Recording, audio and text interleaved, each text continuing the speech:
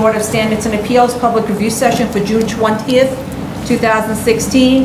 We'll begin with a special order calendar decision items. Item number 1, 80248 BZ, 1346 Beach Channel Drive, Queens.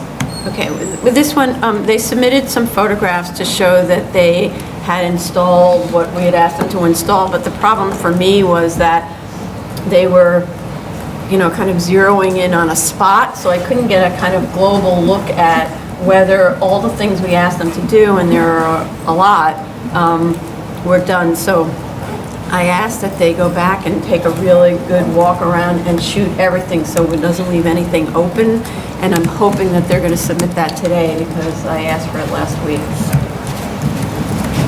Anybody else? Nope. Okay. Item number 2, 30606 BZ, 50 Lawrence Avenue, Brooklyn. Okay, they submitted backup to respond to our last hearing's questions, and there are no land use or zoning changes since the last approval, and the community board approved, so okay. I would want to have a condition that, just to reiterate, there's a 2007 restrictive deck for environmental remediation, just as kind of a reminder in the report that they have to comply with that deck in our resolution. Okay. Item number 3, 18909 BZ, 3067 Richmond Terrace, Staten Island. They wanted to defer this.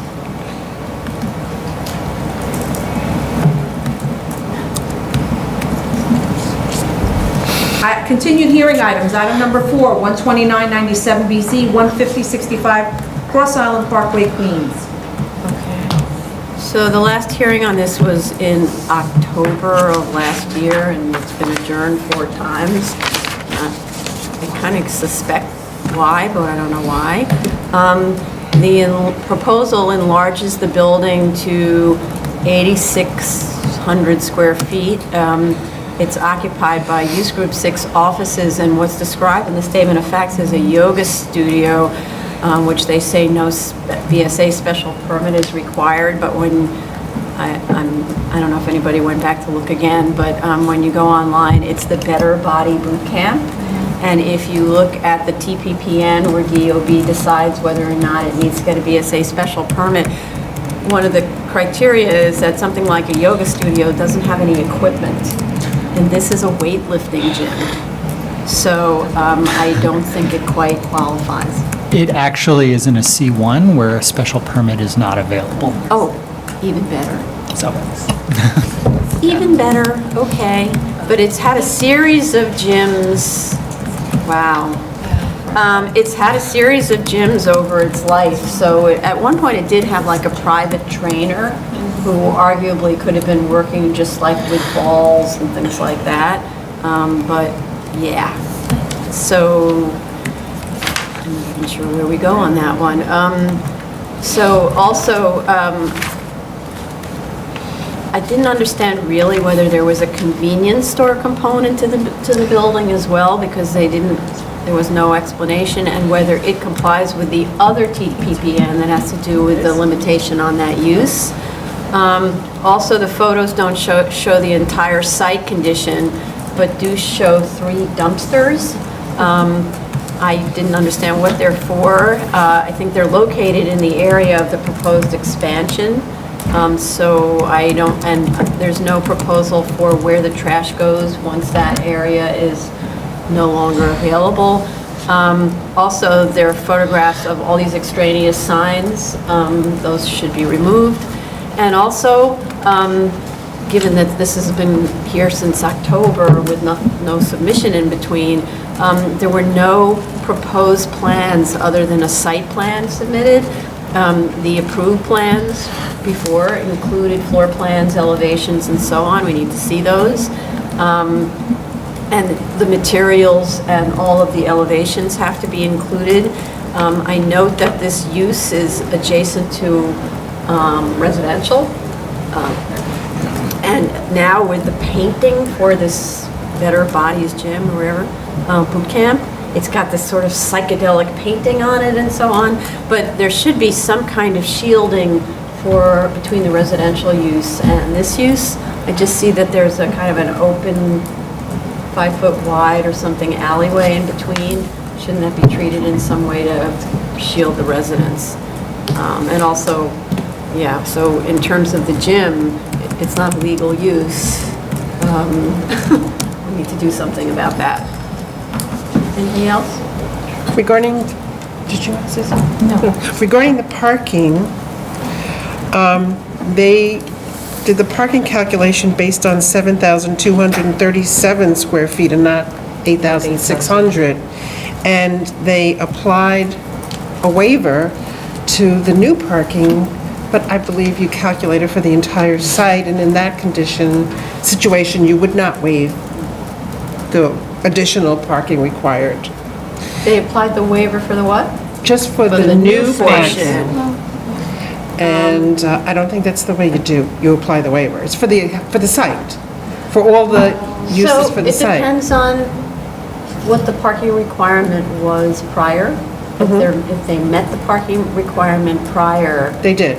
then only the enlargement is looked at in terms of its parking requirement. What about the conversion of use, from use group 16 to use group 6? It's about the building Yeah. size, and It's so the- I'm The not, extra space. yeah. Right, I'm it's not sure what it enlargement is. or development, I think, are the critical triggers, and not change of use, which was actually another one of our applications. Had a ZRD1 where the zoning study group at buildings agreed that it doesn't apply to a change in use on a Okay. building. Or an enlargement. Well, Only on the specific enlarged issues, Enlargement, you would just focus in on the enlargement. just the part that's being enlarged has to Okay, comply. well, okay, so that would qualify for a waiver then. Yeah, let's see. But looking at the but- layout, I okay. don't really feel the layout works. Of the parking. Yes. It's tight, even for the 14 spaces that they're trying to squeeze in there, especially towards the eastern side of the site, and I agree, they have 3 large dumpsters at the current time, and they don't show where they're going to be relocated to. They have a vacuum machine and an air machine.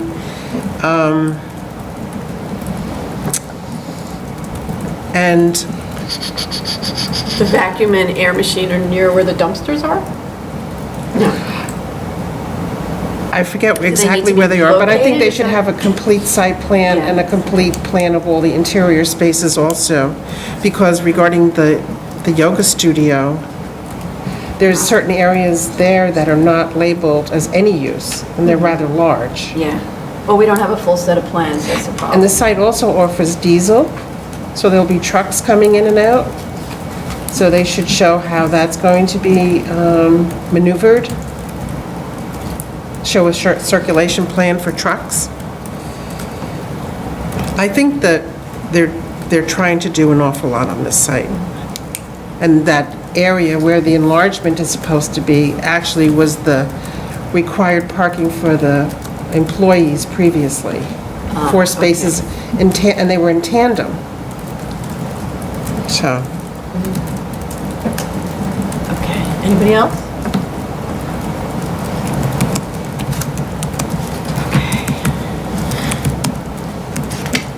Okay. Yep. Item number 5, 20197 BZ, 11902 Rockaway Boulevard, Queens. They wanted to adjourn this.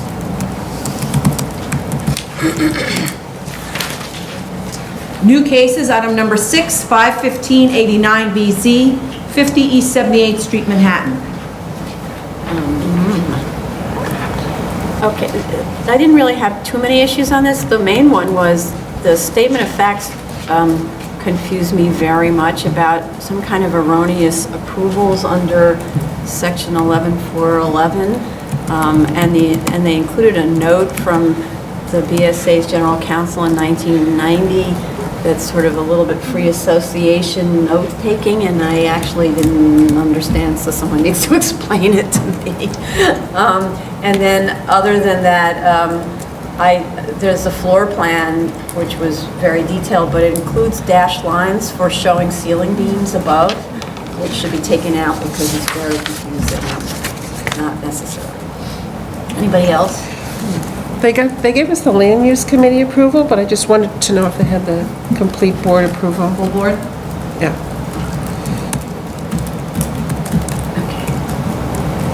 Cool. Appeals calendar, decision items. Item number 7, 106, 107, 15A, 149th Street, Queens. We're still waiting for DOT. Okay. Okay, so still waiting for DOT.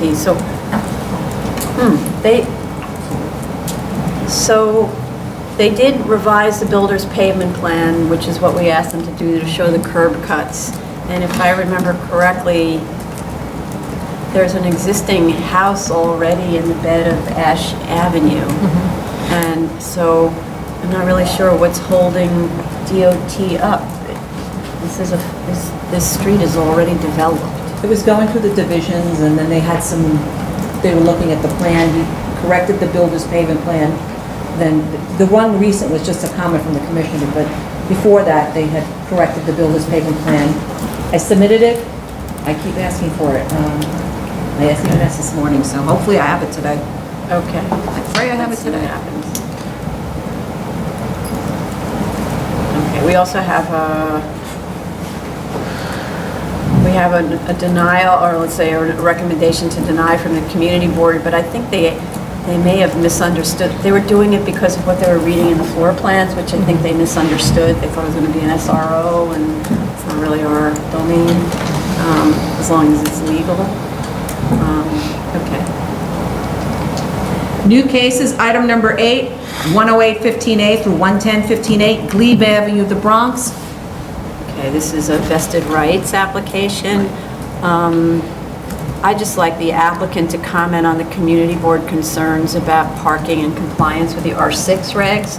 I went through it and thought that it does comply, but I'd like them to comment on it at the hearing and in writing.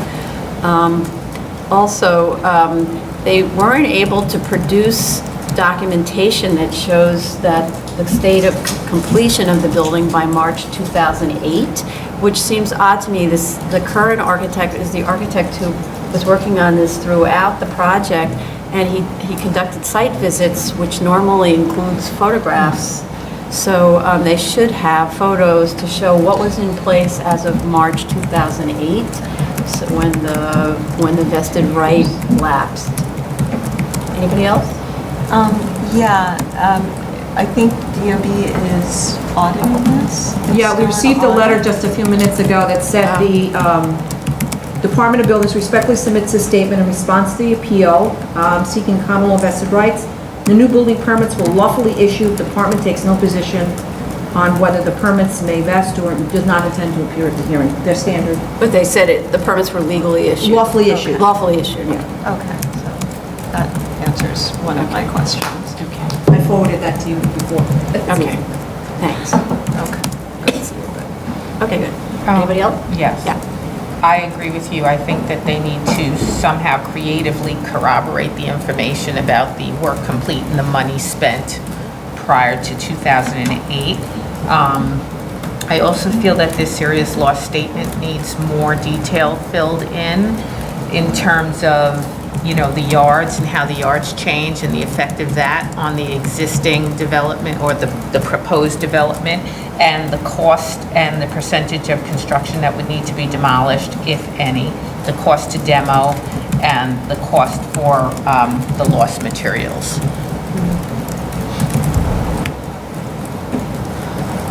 Oh, and could they also document a little bit further about the stop work orders and what they, sort of had to work on and not work on? Because there are 3 stop work orders that pertain to the foundation. So I'm wondering, really, whether or not it brings a call that DOB, I guess, has opined in their way that they're not going to question it, but Well, they did do still it, those but- stop work orders pertain to elements in the foundation work, so if they could just talk about that a little. But so those stop work orders were issued after the zoning change? They were issued after the zoning change, but it appeared that they either had to do corrective work, take some things out in the cellar. It was not clear. So if they could just verify that those foundations were pristine by the time. Yeah. There was something about that they used wood joists instead of metal joists. Yes, And and they that had was Lowry columns in contrary the to their cellar that approved were not plans. approved, yeah. And I think they subsequently got them approved, but They did, but if you read the actual stop work orders, the violations themselves, it talks about doing work on the foundation in the cellar. So not the joists above, but the actual foundation work. So I just wanted to be clear. But then are you calling into question whether they vested as of right? Well, I think that if they had to take work out on those foundations, it might call into question whether they actually vested. So then this would be a vested rights application for the vesting under the common law, Yeah. even without the as of right vesting. So it would have to be converted and they'd have to It would be much more substantiate the costs Yeah. expended by the date of the zoning change in 2006. That was Okay. just asked the question. And they didn't do the required grass and street trees, did they? You mean install the street trees? Yeah, there should Yeah. be, and there should be Yeah. grass in front.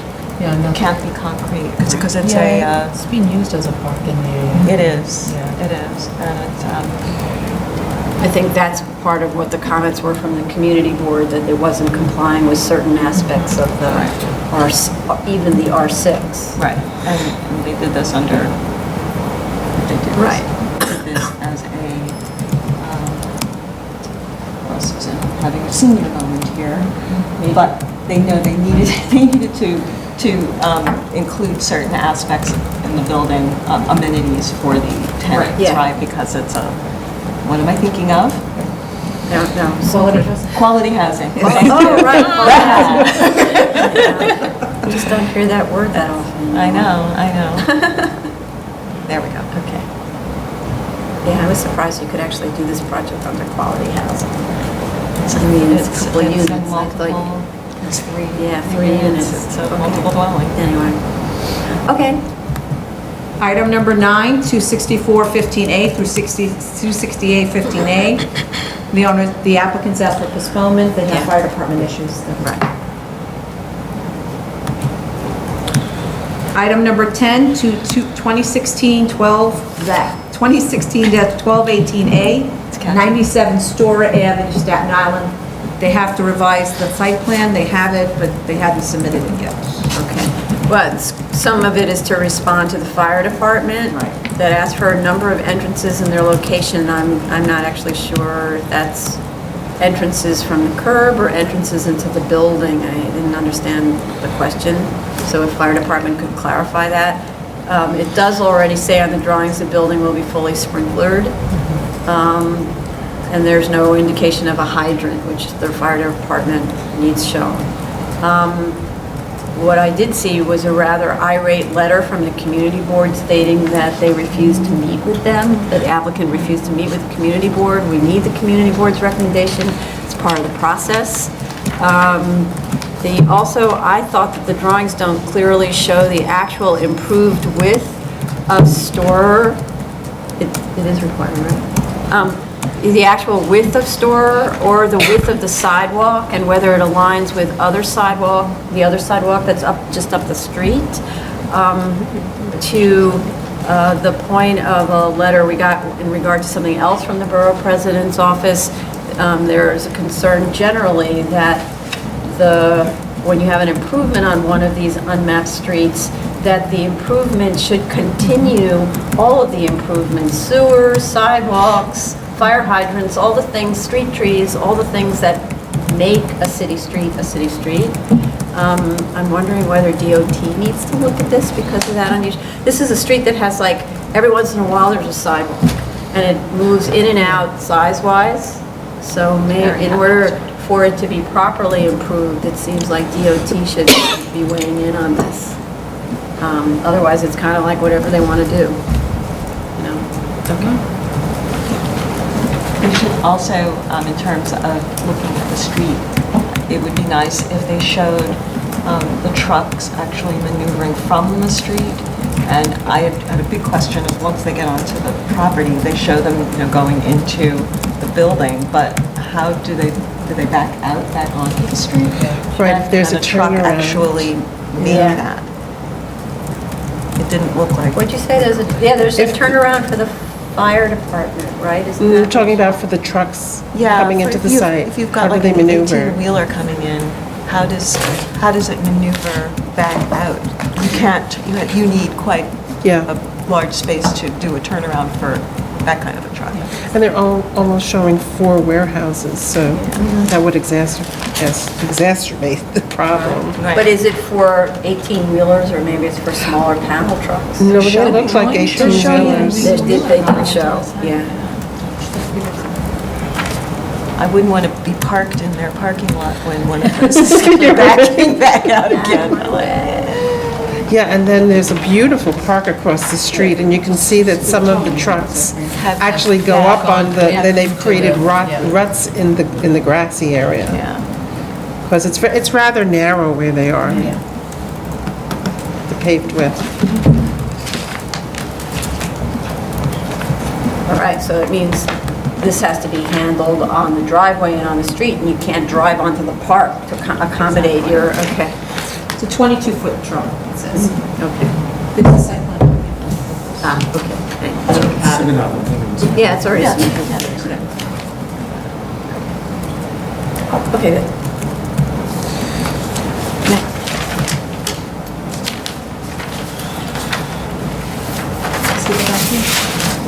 Zoning calendar, continued hearing items, item number 11, 17, 14 BZ, 600 McDonald Avenue, Brooklyn. David, could I have that? Okay. Don't see anyone here from the applicant's office. Yes. So. You hear from Moisha's office? Oh, yes, okay, thank you.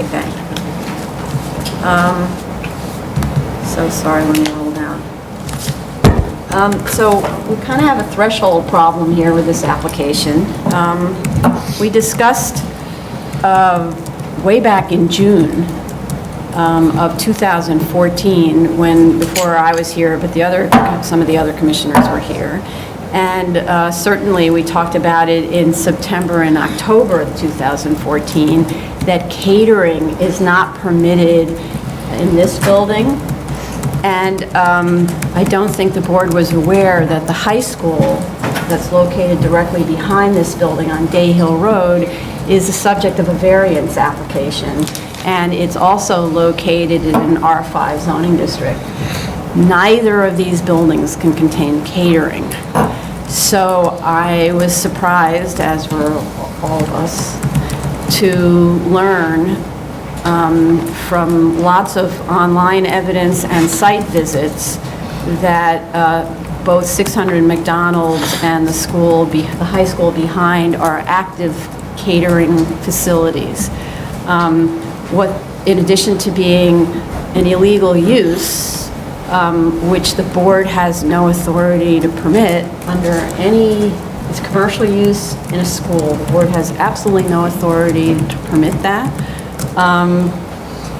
What it does for this instant application is calls into question the entire programmatic needs analysis, because when we look at the floor plans, and it's another classic case of the floor plans speak, you see that there's an enormous lobby area and other rooms that are labeled administrative and so on, all of which are clearly being used for the catering facility. What's not clear is whether the big kitchen in the cellar is being used for the catering facility or the school, because we haven't been downstairs, but there seems to be duplicative kitchens. There's another small kitchens upstairs next to the lunchroom. It's also not clear whether the lunchroom is maybe double functioning as both a catering facility and a school lunchroom, but it's very clear that in the cellar of the high school, there's a continuation of catering facility. So these, in order for us to proceed, these uses have to be eliminated.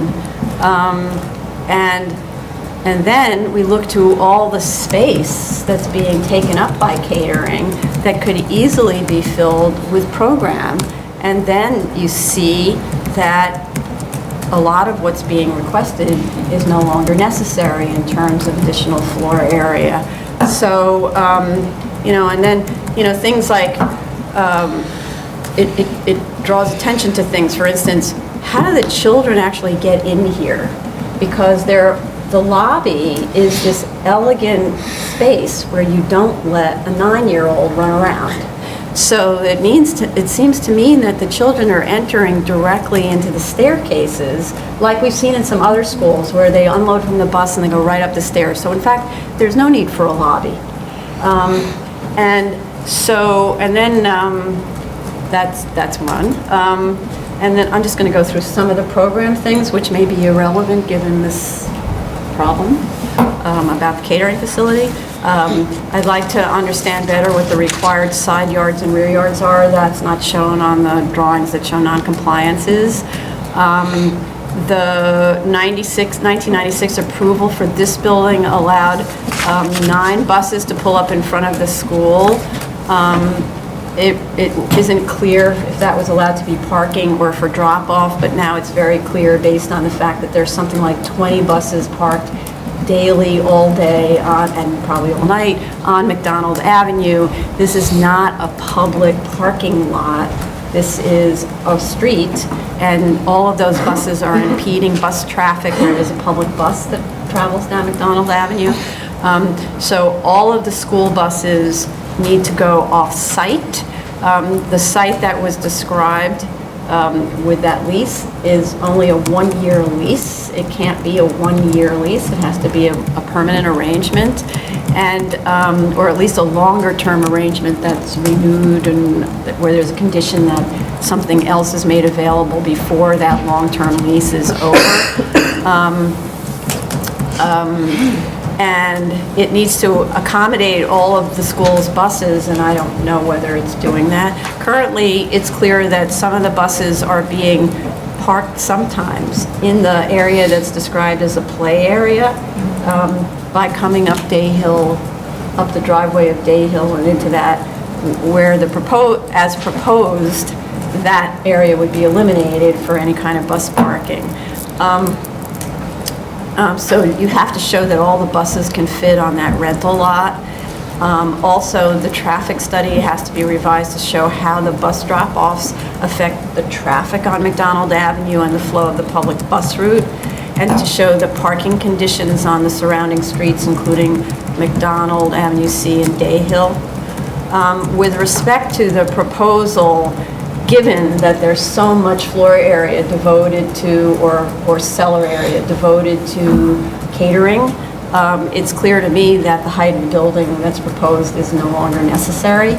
We talked about that before, that the building is too tall for the neighborhood. It overwhelms those little houses behind it. So really, there's a whole redesign that's going to come as a result of this. So I'm not even sure we need to get into neighborhood character analysis any further than that, because at the very least, an entire floor, if not a floor and a half, comes off. So in addition to which, I don't buy the need any longer for ground floor playground. So the ground floor should be occupied with 2 stories, the extension into that play area, because clearly the students are just arriving and going right up the stairs. They don't need a lobby, and they could be playing on the roof of a 2-story structure, which is permitted for the UPK level. It's not the 3rd floor, it's the 2nd floor roof. I'll just skip over that. Okay, and so I just want to, I know I listened to the testimony from June of 2014 where there was some discussion about the relationship between this school and the high school. They are under the same umbrella, so, and they are both buildings are subject to variances. So as of this moment, the high school is out of compliance with the variance, and we can and will call it in for a compliance hearing because the illegal use must stop. And by the way, these are public assembly areas where we learned that something like 500 people fit in these spaces, and the fire department has had no involvement in this. It's quite frightening. So one of which is in the cellar, so I don't even really know whether there's adequate egress from the cellar. Then in terms of other kinds of functions, they say that the library needs to be near the classrooms, yet it's on the basement level, remote from the classrooms. They say they're mixing up the grades in a strange way with first graders next to eighth graders. I don't understand that.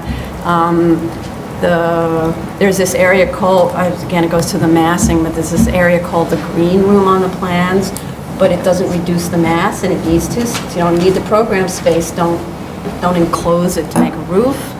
I'd like to know that the elevators are large enough to be ADA compliant, so provide size and compliance information. There are so many other things, but I'm not sure I really need to go into this until we resolve the catering. Does anybody want to add anything? I have to agree with you about the catering.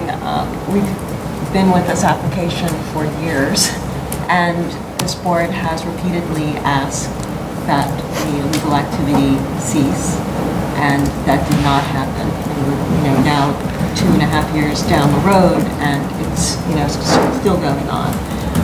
And I do believe that we should not consider this application until we have proof that the illegal activity has ceased. It's just, we should not necessarily be in a position to reward someone for doing something they shouldn't be doing.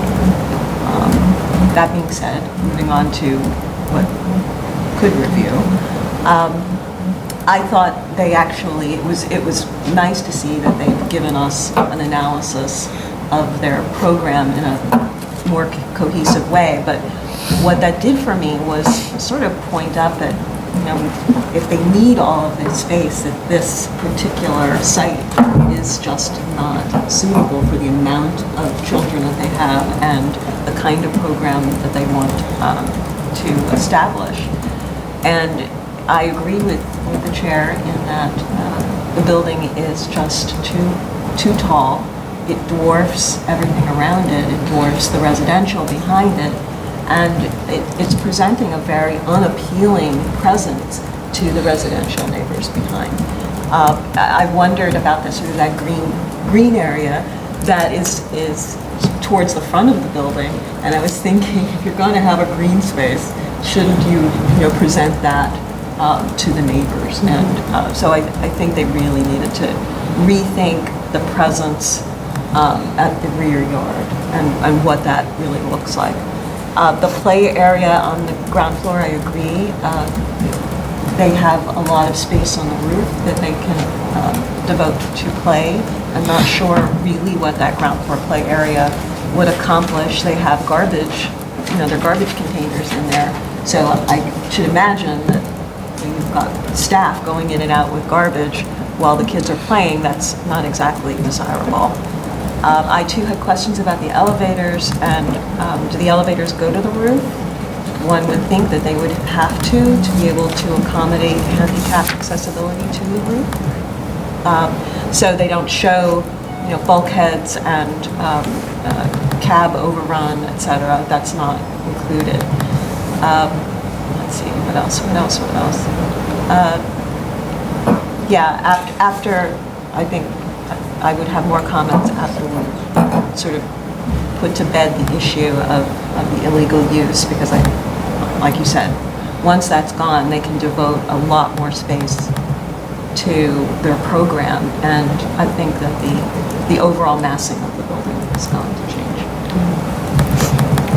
I think when you actually visit the site, it is apparent that there is a second use here that is not the school use. There are entrances for men and also for women. There are awnings that are not related to the school. So it's very clear that a large portion of that basement floor is devoted to a use other than the current program or the proposed program. And I don't think that you can base a programmatic needs case on a site that's got a use in it that is not an approved use. or an allowable use. Well, of course, I agree. I saw some weddings on Facebook which were alarming. I would like them to provide us photos of that interior lobby with the dual stairway, just to see what it looks like, for, you know. Which we can see on On- all the Facebook and Yes. Pinterest and Right. YouTube videos, but still. And I still have concerns about how they're going to construct this vertical enlargement. You know, they have I know we had an engineering letter before, and they gave a number of examples. This is a masonry building with masonry load-bearing walls, which already have, you know, step cracks you can observe from the rear. And they're going to have to put new footings in, to put a steel frame. They're actually building another building on top of this building, which is going to be a steel frame supported building. You know, I'm concerned the fact that they have no yards to work in. And some of the examples that the engineer gave previously a long time ago, I didn't go to every site, but some of the Google photos didn't show any enlargement as they were describing.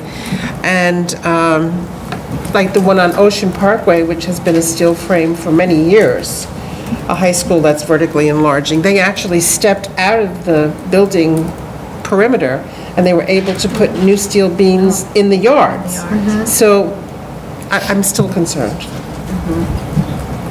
Just the,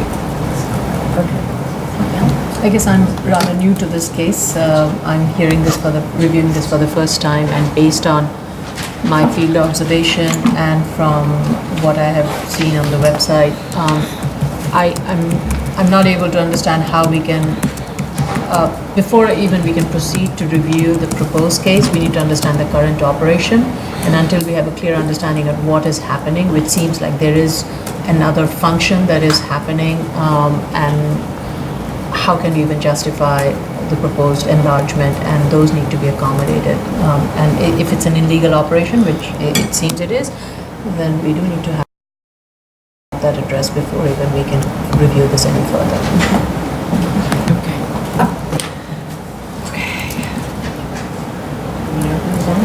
very unfortunate. Okay, yes, go ahead. Item number 12, 15814BZ, 1179 East 27th Street, Brooklyn.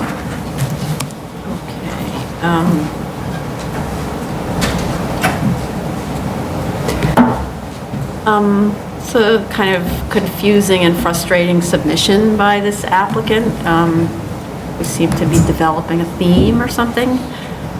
We asked for backup to support the extraordinary height of this building and to justify a 20-foot intrusion at all floors at the rear and the front reduction. Instead, we received drawings showing a slight modification to the roof line at the rear with no reduction in height, and an axonometric taken from the front. So you can't really, it doesn't really help you because it's taken from the front. None of these submissions were responsive to our comments, concerns, and so on, so don't make the findings. It's an unfortunate waste of time from all sides. The architect needs to come to tomorrow's hearing. Anybody else? Just that they revised the survey to clearly show that they have an 11-inch side yard that they want to continue, and then on the other side, it's an 8-inch side yard. But the statement says it's a 9-foot 4-inch side yard, so if they could clarify that. I don't know what they're talking about.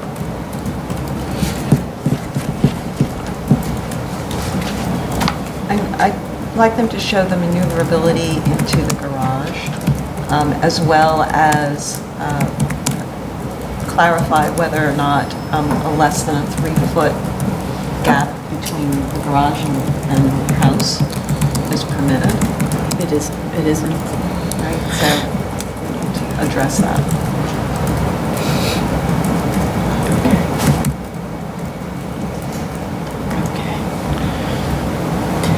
Okay. Item number 13, 33314BZ, 20 through 23 East 5th Street, Brooklyn.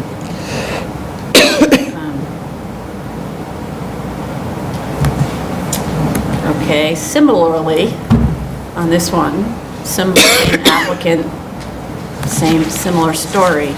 No changes were made to the drawings at all to respond to our comments, and no new data was provided to support the proposed rear yard depth at the second floor. We asked to know the heights of the two-story additions on the adjacent properties and the depth of those additions relative to their rear lot line.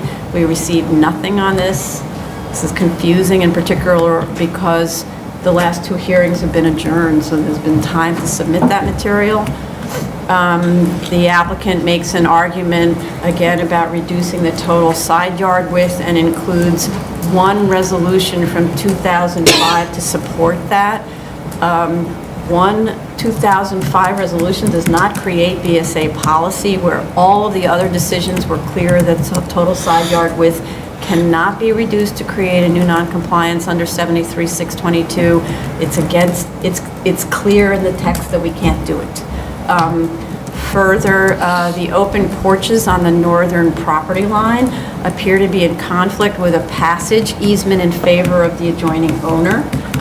So unless they can explain that, I mean, I don't know what to say. We also asked for corrections to the street elevations of the proposed and adjoining properties, establishment of the pre-61 lot size, and responses on foundation. We had questions about the foundations, none of which was responded to. Again, the architect should attend this, but we had all these questions and there were no responses. So you want the architect on this one? Say again? I'm sorry, I'm just writing down this way I'll email Yeah. her. Or trying to email her. Anybody else on this one?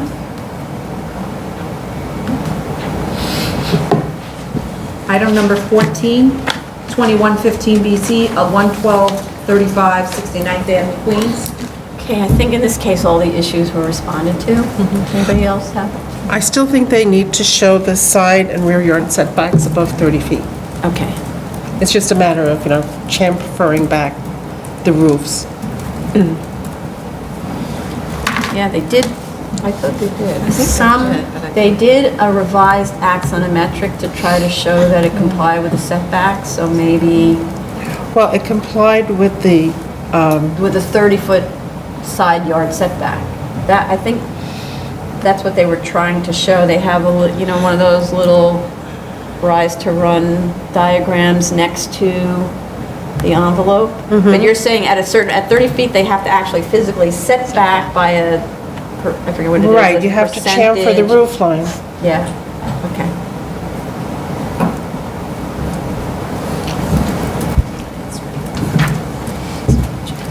Uh-huh. Zoning calendar, new cases, item number 1, 9215 BZ, 170 Buffalo Avenue, Brooklyn. If I may, Madam Chair. Due to some administrative failings, this project was left off the combined lineup and calendar and wasn't distributed until Friday, and I understand that some of the commissioners did not have a chance to do a thorough review because of that. BSA staff apologizes for the mistake and will, go forward from here and do better job. But it was noticed for hearing, Yes. so the public is aware of it. So I did have a chance to review it, and so my comments are, the statement of fact states that the hospital ceased operations in 2005, yet there was a 2006 BSA letter of substantial compliance, and then a subsequent subdivision in 2007. I'm trying to understand what the proposed uses were for the building at the time. Why would you have gone through all that trouble then if it was kind of an abandoned place?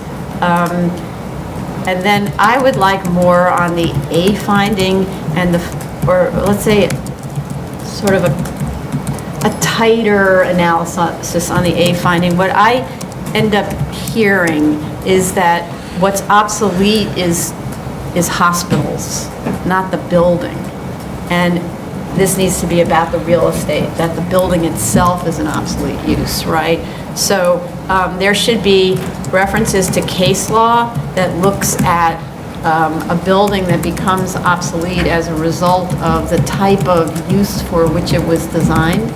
There probably are such things, but The applicant should look at our recent case law, a recent case of the Tammany Hall decision. I think was a similar analysis. We were accepted. okay. With respect to the as-of-right version, I understand why they pursued the residential as-of-right at the beginning, but then it turns out there's a letter from a code consultant that says that it's not an as-of-right use because or it's not an as-of-right conversion because it also doesn't comply with the bulk regulations. So then why is that used as an as-of-right use? It seems to me the only relevant comparison is an as-of-right building, and it seems to me maybe the only as-of-right building that would conform to our special permit is an outpatient care facility, which like we see like Methodist Hospital, New York Presbyterian, there's so many of these hospitals that have done outpatient care. And then they talked about the parking, that they Yeah, couldn't then they supply talk the about the parking. parking, right? So, but the thing is, saying, the letter says they can't supply the parking. We don't see any plans because they don't actually do anything further with that as-of-right use. And it's like, couldn't they supply the parking if they use stackers or, I don't know, because they didn't look carefully into it. They just said. And then the other question is, if you couldn't do that as of right, but then a special permit to reduce the amount of parking for ambulatory care, can that be viewed as an as of right use? Not really, but it's a lesser waiver. It's the minimum waiver, right, which would just waive the parking. So I'm not sure, but I think that the applicant needs to address whether maybe there is no as of right use, which is a possibility. Also, yeah, I would like the parking issue on the outpatient facility to be demonstrated as opposed to just calculations on a page, calculations on it really on a letter. And also, so with respect to this alternative about, if they had to chop off the corners and it would eliminate 2 beds, or is it 6 beds? So it's a very messily compiled application. There's all these extraneous pieces of paper in there where a while ago the architect said they would lose 6 beds, somebody else said they would lose 6 beds, and then we're reading in the statement of facts and elsewhere that it's a loss of 2 beds. So what happened to the 6? And that should have been removed from the materials, so we're not reading it. There are other things like that. Like the center's healthcare described a 6-bed loss, and then we have another source for a 2-bed loss. But with respect to the 2-bed loss, since they seem to be running on that, I'm not buying that with a little bit of change in design, you couldn't get 2 more beds in there. So I don't actually think they should be looking at the lost beds at all. Instead, the real issue is the expense of $600 and something thousand to remove those little corners and rebuild the interior. It's a mess, no question. But I just don't think they should be relying on 2 beds. That's just a slight change in the planning of 1 floor or maybe 2 floors. With respect to the zoning lot subdivision that was done without BSA approval, that should have been done, I'd like to see historical tax maps showing the history of the tax and zoning lots. I couldn't get that online. They don't keep them anymore like that. And then also, the statement of facts predates the ZQA, so it refers always to this use as a nursing home, which is no longer a use. I think this is a long-term care facility as opposed to a not-for-profit with sleeping accommodations. And if it's a long-term care facility, then the floor area ratio is different under the ZQA. I believe it's 3.6 FAR for long-term facility. It's a very, very complicated section because it says if you're a long-term care facility, then go look at the regulations for senior housing, and then you have to read through all of that where it accepts certain things. But I think you're in section 24-, 013, paragraph 3, little I for an R6.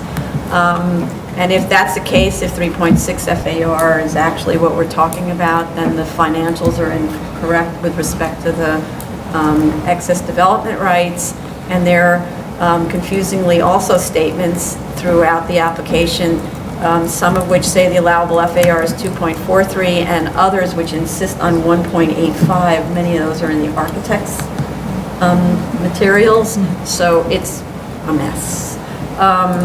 And then there should be a full landscaping plan provided. The parking area should be completely shielded from the neighbors by wrought iron fencing and tall, dense shrubs.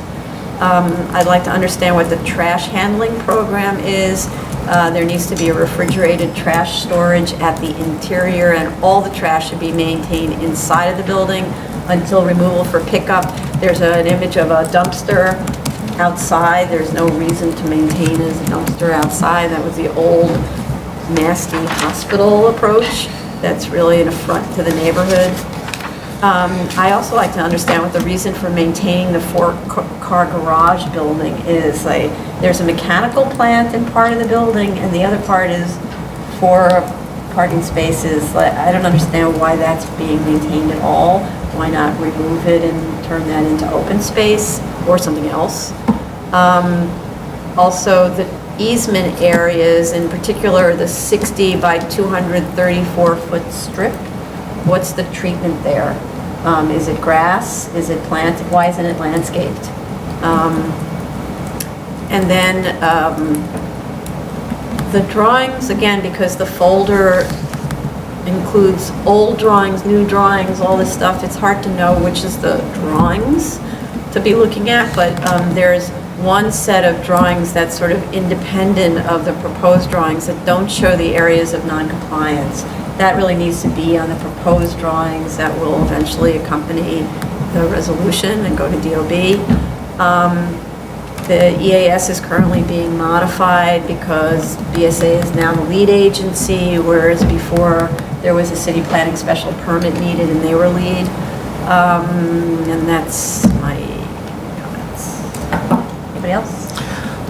I just wanted them to discuss a little more how the current configuration of the lot in no way contributes to the hardship in having an as-of-right use.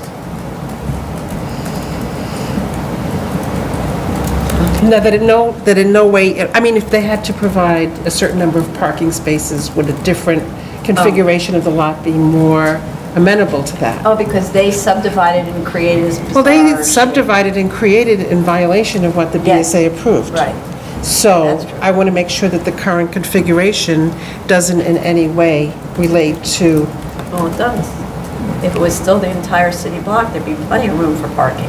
right, but I mean, Self-created. Yeah. right, exactly, that it's not in any way self-created. Well, it's just that their subdivision was more, it was more a rectangular lot versus this, strip in between. I guess they wanted to sell off for residential development and keep whatever they needed in terms of being able to, increase their zoning FAR or something in the future, And whatever. What's curious about that is the subdivision occurred after the hospital went bankrupt, or after it closed. So the parking regulations were probably the same at the time for an as-of-right use, which was an outpatient facility or wherever, right? So, yeah, that's a scary good point. I haven't had a really great chance to digest this, but did they give us the actual BSA letter? Yes. Yes. So I what couldn't they find that asked, yet in the- what they did ask the BSA was to allow the subdivision of the site into 2 simple rectangles, one of which included the parking space for the hospital and the hospital building, and the other which included 2 small existing buildings, and then there was a note that says, to be demolished for future development for residential use. Well, the letter that I saw didn't actually ask for the subdivision. It just simply said, can you approve the plan, and the plan doesn't really show subdivisions. It shows the parking area, and I assumed that they were requesting a change in the parking area. So That what was they- the first one. There was There's a letter There's two? 'Cause I issued. didn't- I hadn't Yeah. s- I hadn't There is seen an the official color letter letter. issued as opposed to the request and the drawings, and the letter Yeah. to the DOB states that the BSA doesn't have an objection to the subdivision of the lot because it doesn't affect the waivers that were granted for the hospital. Okay. But, Because I did not see that in. but the subdivision didn't ever show that funny little central green space being kept like that. I didn't have a chance to complete my review, and so I'll reserve my comments for tomorrow. All right. Item number 2, 21615BZ, 205 West Fordham Road, the Bronx. So this is an application for a service station, and I know this site really well because I worked on a project right across the street that never got built. So we need a community board recommendation, we don't have it. We have an extremely poor response by an engineer responding to the question of traffic flow and the impact of all of this driving into a gas station on traffic. We need a proper traffic analysis. For me, I have kind of almost like aesthetic issues with this. The location is in a green belt. The proposed location's in a green belt that's opposite residential, and it's not opposite the C8 zone. It's kind of up the street from the C8 zone, which is a really limited area. And I know that city planning had looked at rezoning, that Ryan could know more, rezoning that strip to be basically a commercial strip to eliminate some of that C8. So it would be, I think there was like a warehouse building there. That's the self-storage. But other than the self-storage, it was to keep everything more standard commercial that allows residential. So, and for me, it's sort of turning this site into a C8 type site when its character is heading more towards a residential ground floor commercial type area. And there are still C8 locations, so why go after this? So one of my questions is the site's in addition to which, the other thing I'm concerned about is the site is adjacent to the green space that's owned by an apartment building, but it's also adjacent to a public park. So then you've got underground storage tanks, you've got potential for contamination, and I believe it's up gradient of the park. So I'm actually concerned about the ultimate effect of this. And I know the intention is to install secure and all that sort of stuff, but how do you make sure there isn't that kind of leaching that would affect really good green space? But I think what they should do is, the site is a very odd shape. It's actually, though they're coming for a special permit, it's the kind of shape that you would say is suitable for variance. So I'm curious what other kinds of uses might work on this site, because it could be, since it's a parking lot, that there aren't any other uses that would work on the site. Then just to go to the substance issues, there needs to be a landscaping plan that has to be detailed with the types and numbers of trees shown, which should screen the entirety of the site. I note that kind of in learning about these gas station approvals over the history of the BSA, in like the 1920s and the 1940s, the BSA was very strict about the aesthetic of the little building that was built on the garage, on the gas station site. In other words, understood that the gas station could become sort of an eyesore, so they wanted to make sure that the structure was something that was a kind of, let's say, appealing in a residential district. And I want to make sure that this kind of little classic box convenience store is treated in a way that really is respectful of the residential neighborhood. And so in one case, I noticed that it's built right up until the property line, so it means you can't get to the rear wall for maintenance, which we know from our other gas stations is a real issue. So I think it should be pulled away from the property line, and that it should be fenced and landscaped behind there, and that the material that is used for this convenience store should be of a good quality, durable material, that all the fencing that's around the lot should be on a 4-foot high brick wall with an 8-foot wrought iron fence and no chain link, because again, we see the chain link with the plastic slats ends up looking terrible after a very short period of time, whereas we see the 1940s brick walls with wrought iron fencing still look good to this day. So, and then I just, because of things that we're learning, we also have learned that the surfaces of these gas stations become really bad after a short time.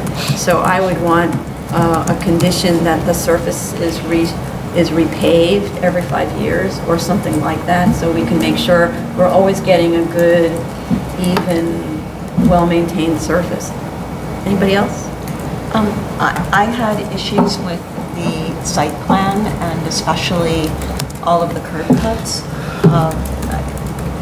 There's a curb cut that's very close to, well, a couple of curb cuts that are very close to crosswalks, but one in particular, which is, I guess, in that southeast quadrant, so it's down the one to the left as you're looking at the site plan.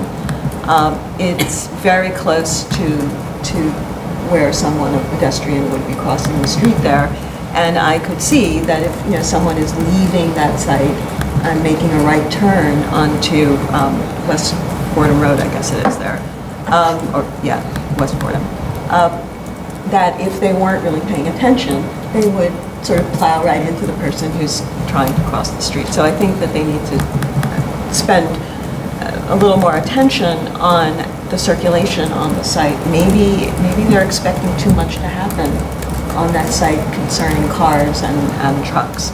So I think that needs to be reworked.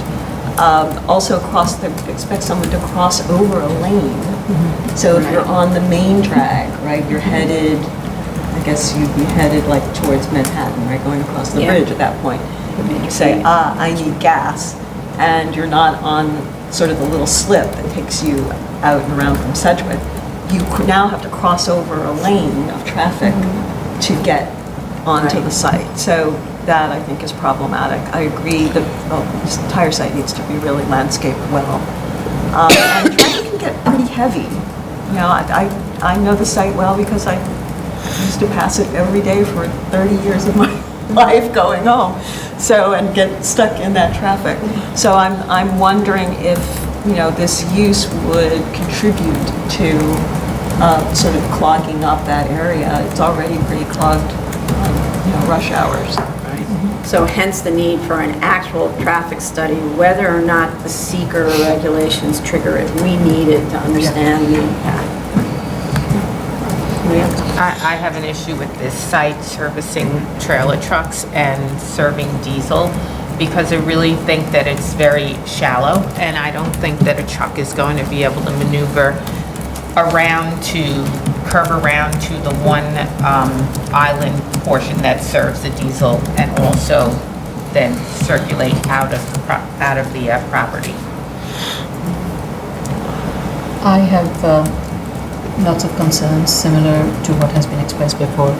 I was at the site yesterday, and this was like around 6 o'clock, 4 o'clock in the evening or so. On a Sunday. Sunday, and of the total volume of traffic in that 10 minutes that I was there, that were turning from Sedgwick to passing, at least 50% of the vehicles were turning onto West Fordham Road. That's a fairly large volume of traffic in that 10 minutes that's turning right onto Fordham, and that on a non-peak rush hour period.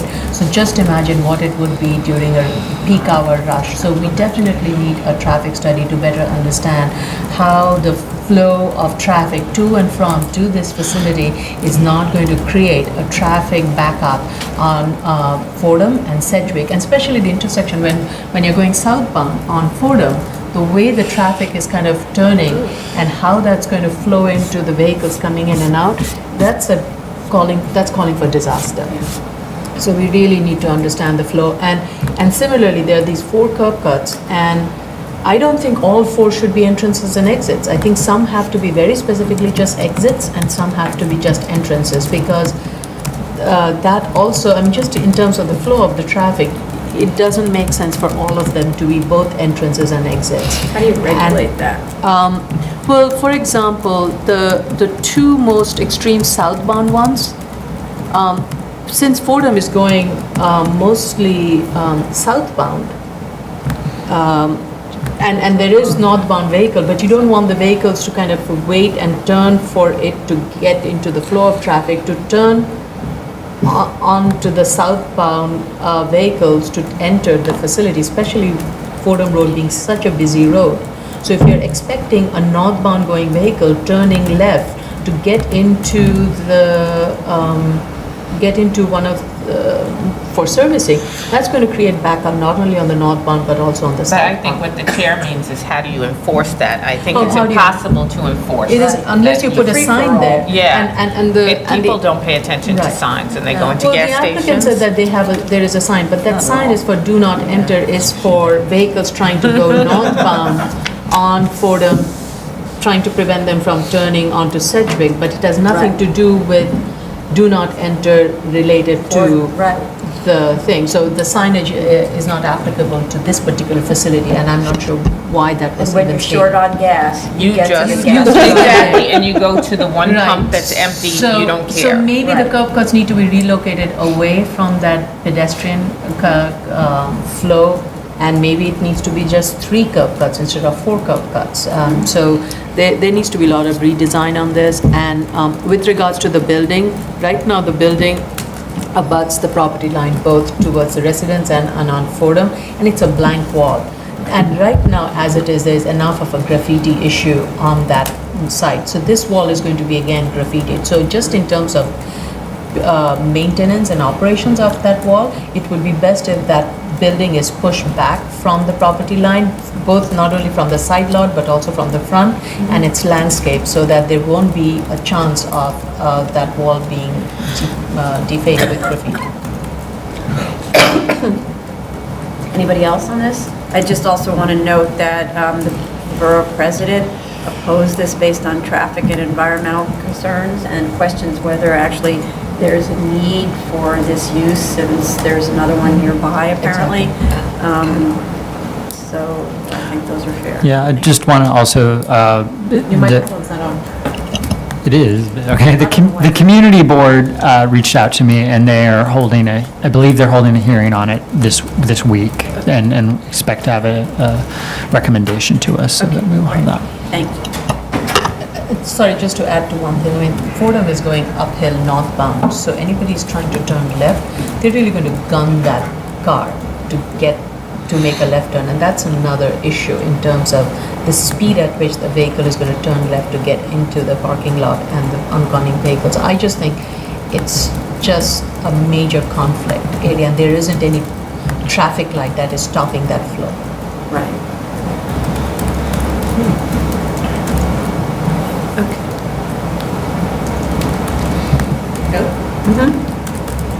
Okay. Item number 3, 219-15BZ, 945 61st Street, Brooklyn. Okay, we need a community board recommendation, but I did see 2 neighbors are concerned about the noise and traffic from the karaoke club that's going to be located in the ground floor. And I have to say, because they gave us the drawings of the karaoke club also, like, aren't these related uses? And, you know, Yeah, they isn't this look like it, you go to don't they? karaoke, you drink a lot in your private little room. I'd actually never I seen need a those massage. work. There were massage rooms Yeah, that open out exactly. into the karaoke. So that's not, the massage room's open to a dining room. Oh, that's You're right, in your upstairs. private little karaoke room. Is it? But it's, so Private you have a karaoke private rooms? room Oh, with yeah. a I've gone to back. them, they're great. Yeah, that's the way the You Japanese do could it. sing It's at the top awesome. of your Yes. lungs, if you want to, and nobody can hear you. Right, and then, though, I was looking at the circulation, you do have to leave the building to go up the staircase to get to the PCE, to the spa, but then you check in at the reception, and it seems to lead you immediately, well, you could also take a right and go into lockers, but it seems to lead you immediately into the dining room, and then you enter the massage areas. So I really want an explanation on how this place works.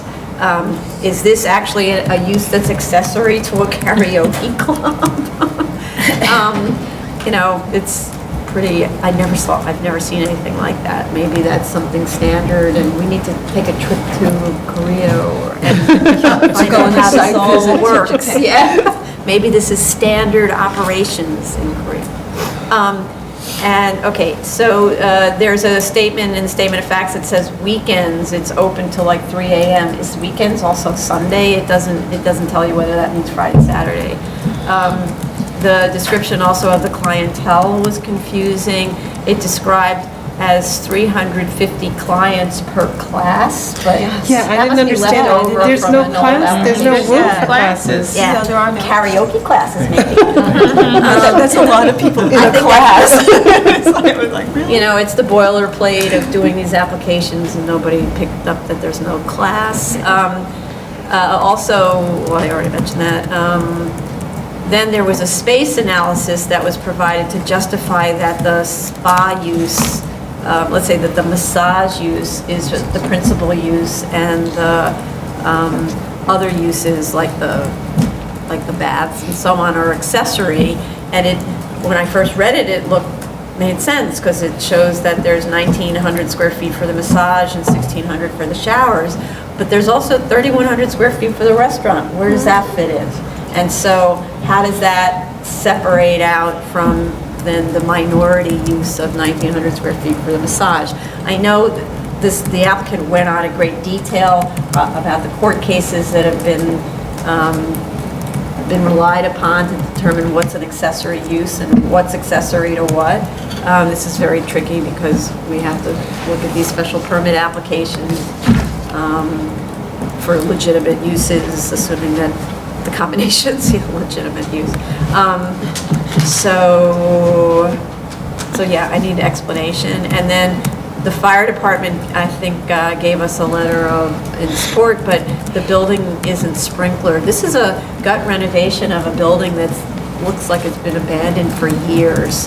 So they could easily sprinkler, and it seems like they should, especially given the karaoke lounges, each one of which is totally enclosed, and the egress routes are really complicated.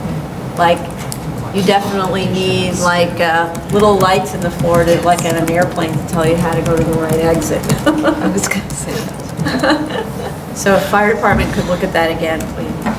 Okay, anybody else? I looked at the plan, and I thought the two uses were very intermingled, and that we were really talking about one big sort of use of eating and drinking with entertainment, cabaret license, and by the way, you can also get a massage with your martini. So I think that it needs work to show that these things either are customarily found together, or that we've separated out the PCE from the entertainment And who value knows, of this maybe thing. all over 32nd Street, there are tons of these, and we just don't. Gotta show. Also, they got a ZRD1 from DOB, and if they could just give us the drawings. They mentioned that there were drawings attached to the ZRD1, but I don't believe that those drawings ever showed up in our file. And let's see. Oh, no, we have the Do we have- ZRD1, yeah. We have the ZRD1, but they, Oh, but in the the ZRD1, it drawings- says. oh, no, you're right. Company drawings. Yeah. Which we don't have. So I'd like to see what DOB actually saw when they looked at this. But I think the critical issue was, which is what we were talking about before, is that when it's simply a change of use of a building that was built under one set of zoning regs. Totally get it, Yeah. totally get it. But, I just, it's the enforcer in me. Yeah. I'd like to see whether or not they just So what they're supposed to. Yeah, well, that's, that's me. And an operational plan. Tell us exactly, what the patron's experience is. I walk in and, how does it work? I agree, there should be some more detail as to the operations, because it says massage and relaxation services, and I just wanted to know what specific relaxation services. Music is relaxing. Carrie, singing your heart out with bad voices, totally relaxed. Couple of martinis, some bad voices, I'm cool. Okay, anybody else? Item number 4, 251-15BZ, 127 West 26th Street, Manhattan. Okay, this one is a legalization, but the fire department knew that or knows that, and they said that the alarm system is operational but has not been inspected, whereas the sprinkler system is operational and improved. And they're okay with us voting on this as long as there's a condition that the alarm system is filed for inspection immediately at the fire department's alarm inspection unit. So I would say, to make this just a perfect, clean application, file immediately for the inspection and show us that you filed immediately, and then we've satisfied, and therefore we don't need a condition. They need to clarify the hours of operation, because the statement of facts hours are different from the community board's resolution, very different. The statement of facts should also have been updated to reflect that this is a legalization. It's like a 2015 statement of facts. Anybody else? Okay. This concludes the public review session for June 20th, 2016. Freezing.